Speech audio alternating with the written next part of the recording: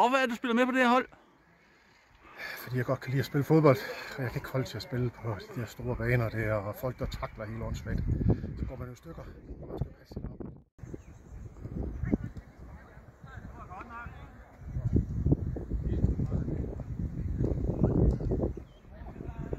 Jeg ved du hvad, da jeg var yngre, der havde jeg så travlt med at være træner for de små og alt muligt, der skulle ske, så jeg fik aldrig selv lært at spille fodbold. Jeg stoppede alt for tidligt, og så på et eller andet tidspunkt, så var jeg sådan lige blevet lidt for tung til at gå derhjemme, og så tænkte jeg, jeg er nødt til at finde et eller andet sjovt et eller andet sted, hvor jeg kan komme ud og få noget motion. Så var der nogen, der var venlige og lavede et opslag på Facebook, så tænkte jeg, det er lige noget for mig.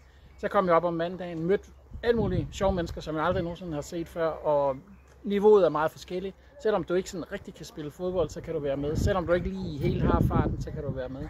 Det gør heller ikke noget, hvis man lige kan et par tricks eller sådan noget, men det vigtigste er, man spiller for sjov, man takler ikke hårdt, men det skal være sjovt, og så er vi klar til tredje halvleg bagefter.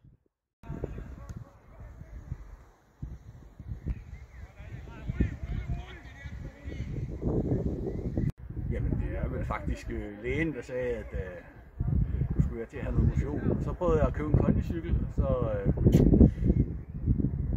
virkede bare ikke. Så regnede jeg ud, at det skulle være noget med et bold, og så var jeg så heldig, at der var det her lille hold her, hvor man bare kan møde op og spille, og ikke noget pjat, ikke noget med at køre til Rudkøbing og bruge 1,5 time hver vej og alt muligt.